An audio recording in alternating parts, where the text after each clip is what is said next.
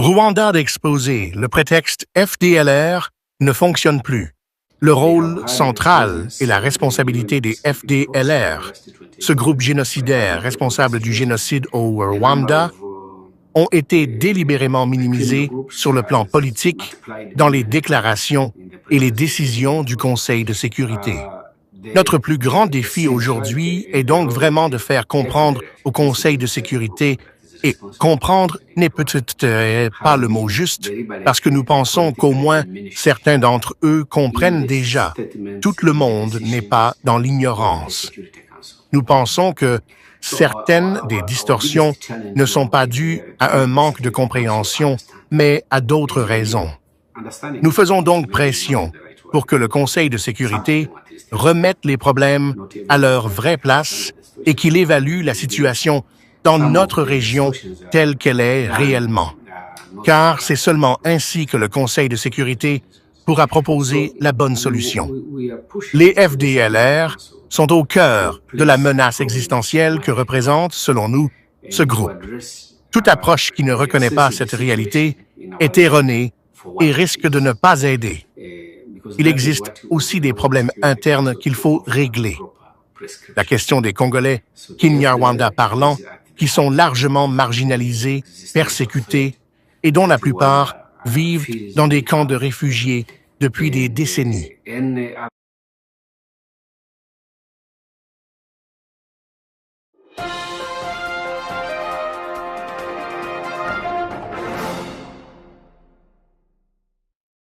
Chers auditeurs d'Africa Flash, bienvenue dans cette grande édition spéciale où nous allons revenir, sans trembler, sans arrondir les angles, sur ce qui est devenu la plus vieille pièce de théâtre diplomatique de la région des Grands Lacs, le discours de Kigali sur le FDLR, ce refrain répété depuis bientôt 30 ans, ressassé dans chaque sommet, dans chaque communiqué, dans chaque interview, comme si le Rwanda vivait encore en 1994, comme si la région n'avait pas changé, comme si la réalité sur le terrain n'existait pas.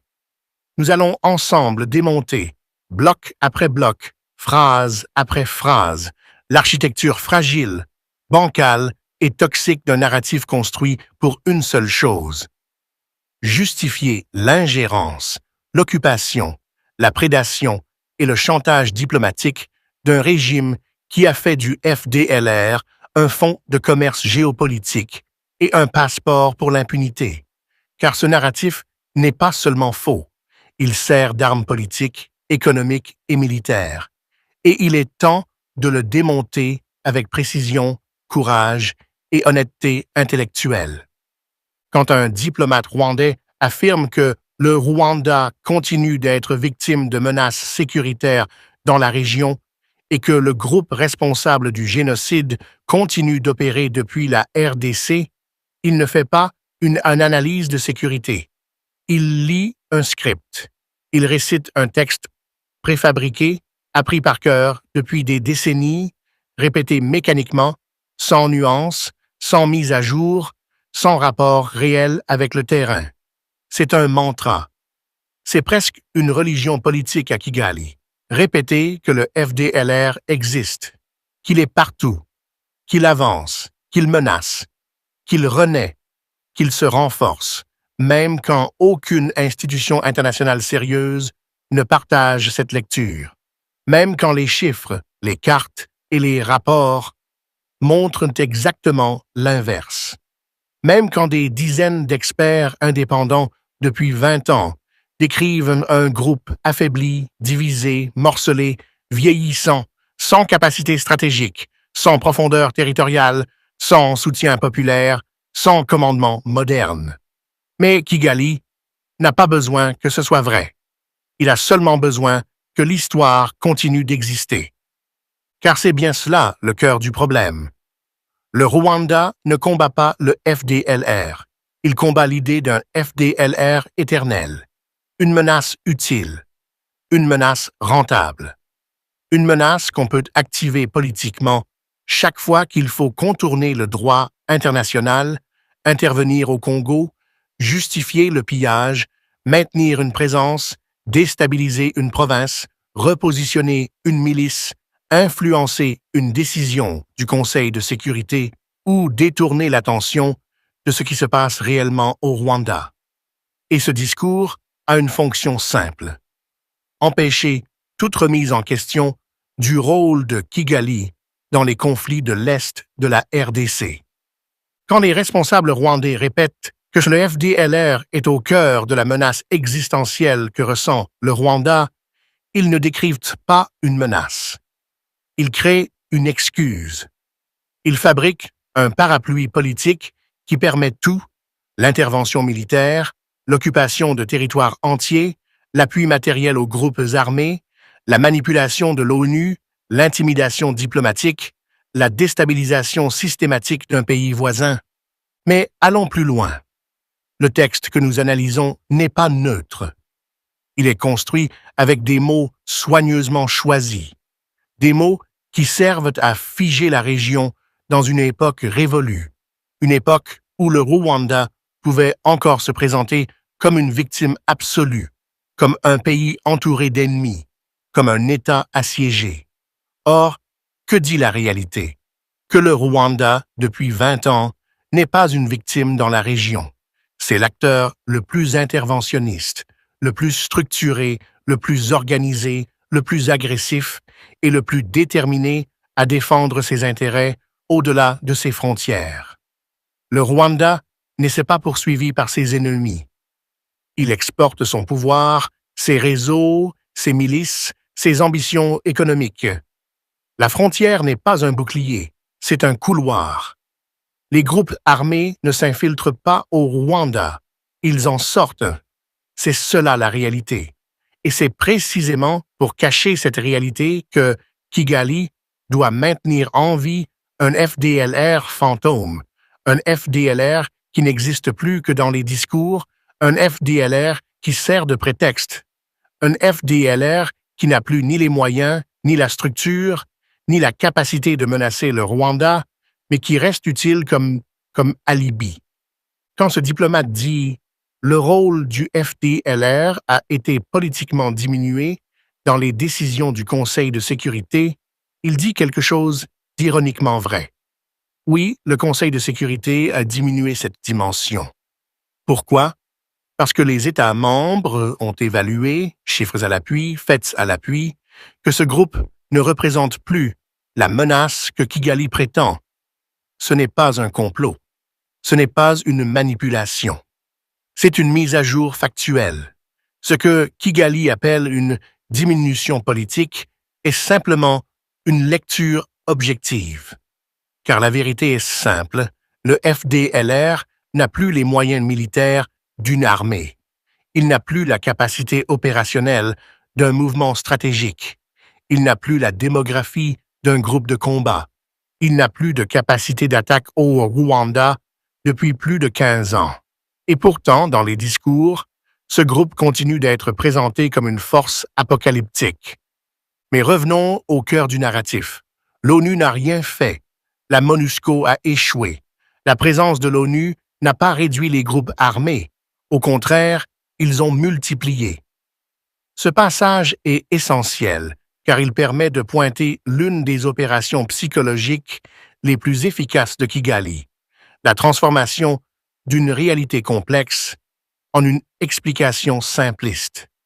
Kigali dit « Il y a des groupes armés, donc c'est la faute de l'ONU ».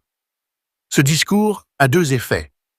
D'abord, il détourne entièrement la responsabilité du Rwanda dans la création, la formation, le financement, la protection et la restructuration de groupes armés dans le Kivu depuis 25 ans.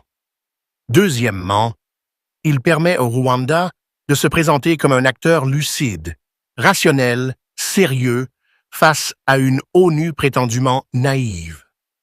Ce discours fonctionne parce qu'il parle à un imaginaire international déjà fragile, où beaucoup sont prêts à croire que l'ONU est inefficace. Kigali exploite cette perception pour passer sous silence son propre rôle actif dans la déstabilisation de l'Est du Congo. Mais la vérité est plus simple et plus froide. Sans le Rwanda, La carte des groupes armés dans le Kivu n'aurait jamais ressemblé à ce qu'elle est aujourd'hui. Sans le Rwanda, le M23 n'existerait pas. Sans le Rwanda, les coalitions locales n'auraient jamais eu accès à certaines armes, certains financements, certains réseaux logistiques. Sans le Rwanda, certaines zones n'auraient jamais été militarisées au point où elles le sont aujourd'hui. Il est donc profondément ironique que Kigali accuse l'ONU d'être responsable d'une situation qu'il a largement contribué à créer. Et quand ce diplomate affirme que le Rwanda pousse le Conseil de sécurité à mettre les problèmes où ils sont, on atteint le sommet de la contradiction. Car si le Conseil de sécurité devait réellement mettre les problèmes où ils sont, il commencerait par interroger l'appui logistique du Rwanda à l'AFC/M23, l'exploitation illégale des minerais congolais via des réseaux transfrontaliers, la présence d'éléments RDF opérant clandestinement dans le Nord Kivu, la stratégie d'encerclement et de pression continue sur Goma, la manipulation du narratif FDLR pour éviter toute sanction internationale. Si le Conseil de sécurité mettait les problèmes où ils sont, Kigali serait dans une position diplomatique extrêmement délicate.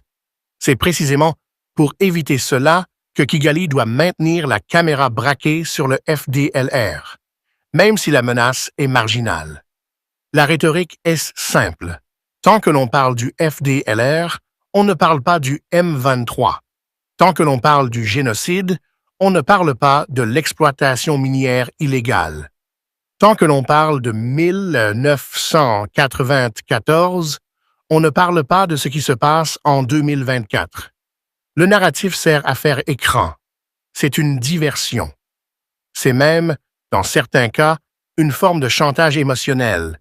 Chaque critique du Rwanda est immédiatement renvoyée au génocide, comme si toute analyse politique devait être invalidée au nom de la mémoire, comme si aucun gouvernement rwandais, quel qu'il soit, ne pouvait jamais être tenu responsable de ses choix, parce que son pays a vécu l'horreur en 1994. C'est une stratégie parfaitement huilée, efficace, mais moralement douteuse. Il faut maintenant s'attarder sur l'expression la plus forte. Le FDLR est au cœur de la menace existentielle du Rwanda. Une telle phrase est construite pour être incontestable. Elle utilise des mots chargés, existentiels, cœur, menace. Elle vise à placer le débat dans la sphère irrationnelle. Car lorsqu'une menace est présentée comme existentielle, elle échappe à l'analyse rationnelle.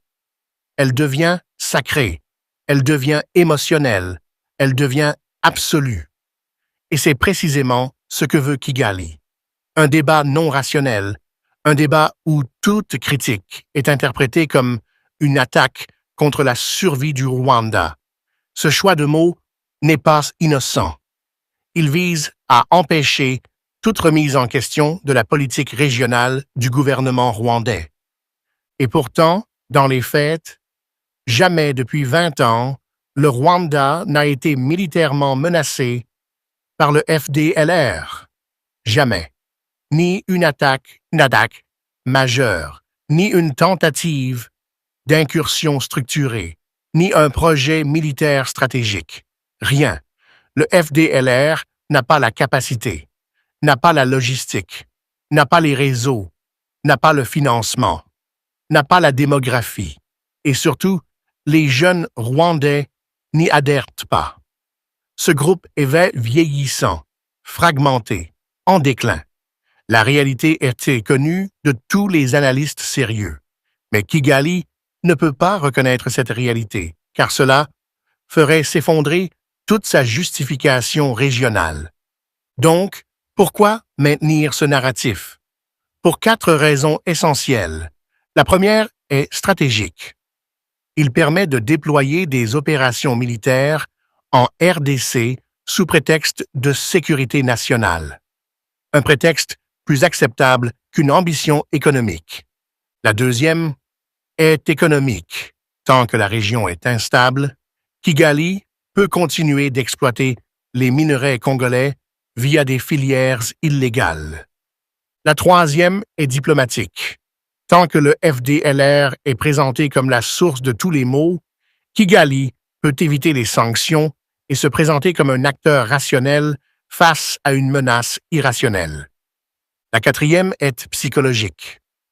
Le régime rwandais se construit en partie sur la peur, et la peur d'une menace extérieure aide à consolider un pouvoir intérieur.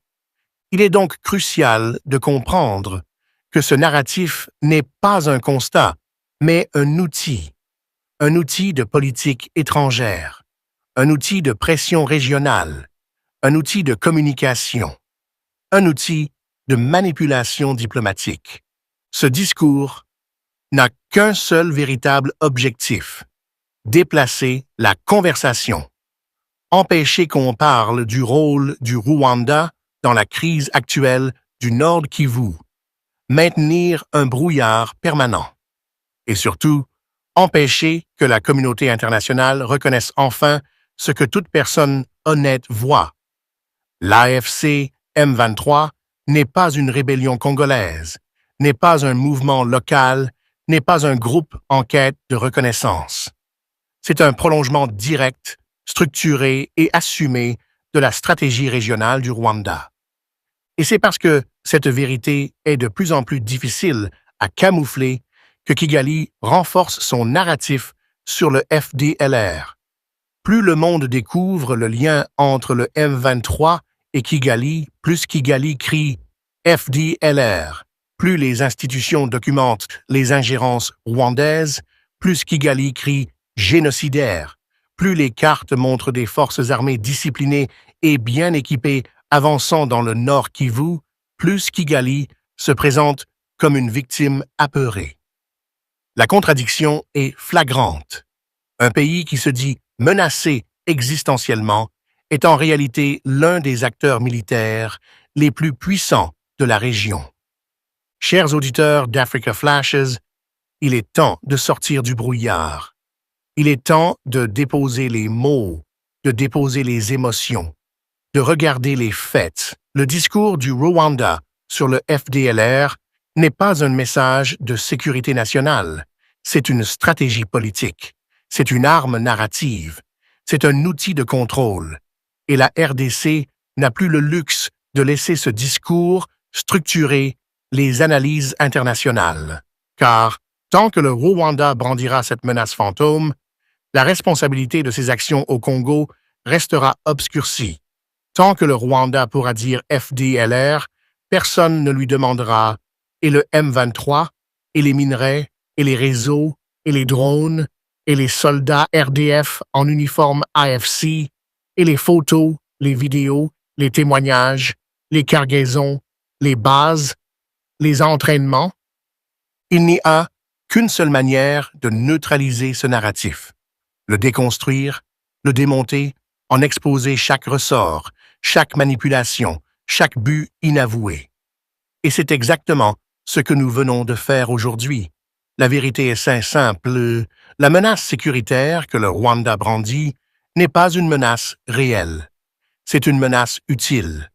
Utile à Kigali, utile à son économie informelle, utile à son influence régionale, utile à son armée, utile à son storytelling international. Et tant que cette menace utile sera tolérée par la communauté internationale, le Congo restera la victime parfaite. Une victime qui n'est pas entendue, une victime qui n'est pas écoutée, une victime qui doit constamment prouver que ce qu'elle subit n'est pas un accident, mais une stratégie. Chers auditeurs, merci de nous avoir suivis dans cette édition intense sans filtre. Continuez à vous informer. Continuez à chercher la vérité. Continuez à défendre la souveraineté du Congo. Parce que la première arme contre la manipulation, c'est la connaissance. Et ici, à Africa Flashes, nous n'avons qu'une mission: éclairer, toujours, sans peur, sans compromis.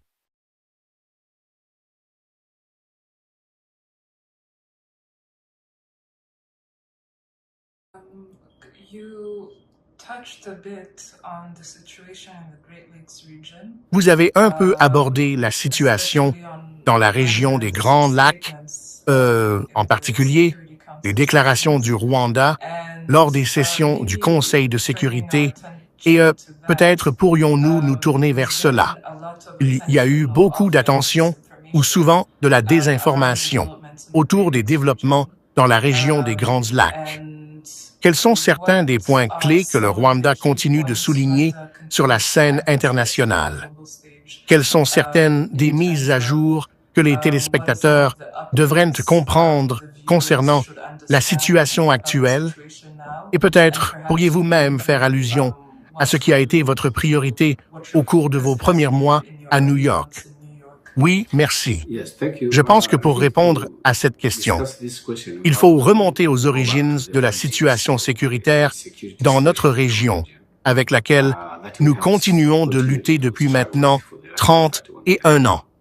Je ne sais pas trop par où commencer, mais permettez-moi de commencer en 1994. Même si les problèmes de 1994 ont eux-mêmes des racines qui remontent à de nombreuses années auparavant, à l'époque coloniale. Mais commençons en 1994. Donc, l'ONU a failli au Rwanda en 1994. Le génocide contre les Tutsis s'est produit en présence des Nations unies. Les Nations unies avaient des troupes au Rwanda. Quand le génocide a commencé, elles ont décidé de retirer ces troupes. L'Organisation des Nations unies a également été impliquée à travers certaines des décisions qu'elle a prises en permettant aux auteurs du génocide de s'échapper. La communauté internationale, ou les Nations unies, a continué d'être largement inefficace alors que ce groupe d'auteurs du génocide continuait de s'organiser, de se réarmer, d'attaquer le Rwanda de temps à autre, de poursuivre son intention génocidaire et de propager l'idéologie de haine et le discours de haine qui, malheureusement, s'étend désormais dans la région et couvre plus de zones et plus de pays qu'auparavant. Donc, l'ONU n'a pas été très utile pour traiter la situation sécuritaire dans notre région. Elle a maintenu une force de maintien de la paix des Nations unies pendant les 28 dernières années, mais cela n'a pas amélioré la situation. Le nombre de groupes criminels s'est multiplié de nombreuses fois en présence de cette force onusienne. Le rôle central et la responsabilité des FDLR, ce groupe génocidaire responsable du génocide au Rwanda, ont été délibérément minimisés sur le plan politique dans les déclarations et les décisions du Conseil de sécurité. Notre plus grand défi aujourd'hui est donc vraiment de faire comprendre au Conseil de sécurité, et comprendre n'est peut-être pas le mot juste, parce que nous pensons qu'au moins certains d'entre eux comprennent déjà. Tout le monde n'est pas dans l'ignorance. Nous pensons que certaines des distorsions ne sont pas dues à un manque de compréhension, mais à d'autres raisons. Nous faisons donc pression pour que le Conseil de sécurité remette les problèmes à leur vraie place et qu'il évalue la situation dans notre région telle qu'elle est réellement. Car c'est seulement ainsi que le Conseil de sécurité pourra proposer la bonne solution. Les FDLR sont au cœur de la menace existentielle que représente, selon nous, ce groupe. Toute approche qui ne reconnaît pas cette réalité est erronée et risque de ne pas aider. Il existe aussi des problèmes internes qu'il faut régler. La question des Congolais Kinyarwanda parlants, qui sont largement marginalisés, persécutés, et dont la plupart vivent dans des camps de réfugiés depuis des décennies. Ce sont là des faits, des problèmes factuels. Si vous me demandez ce que j'essaie de faire, c'est d'apporter les faits, de persuader tout le monde de comprendre ces faits et de les traiter comme tels, de ne pas laisser la désinformation, les récits déviants ou les distorsions être ceux qui sont privilégiés et qui guident les décisions, mais que le Conseil de sécurité prenne ses décisions sur la base des faits. C'est tout ce que nous faisons. Mettre les faits devant le Conseil et convaincre chacun de comprendre ces faits. et de les traiter comme tels, afin que nous puissions travailler ensemble pour traiter les causes profondes du problème et les résoudre. To be the ones that are prioritized and to be the ones that guide decisions, but for the Security Council to make decisions based on facts. So this is all we are doing. Put facts before the council and persuade everyone to understand the facts and treat them as such, so that we can work together to address the root causes of the problem and resolve them.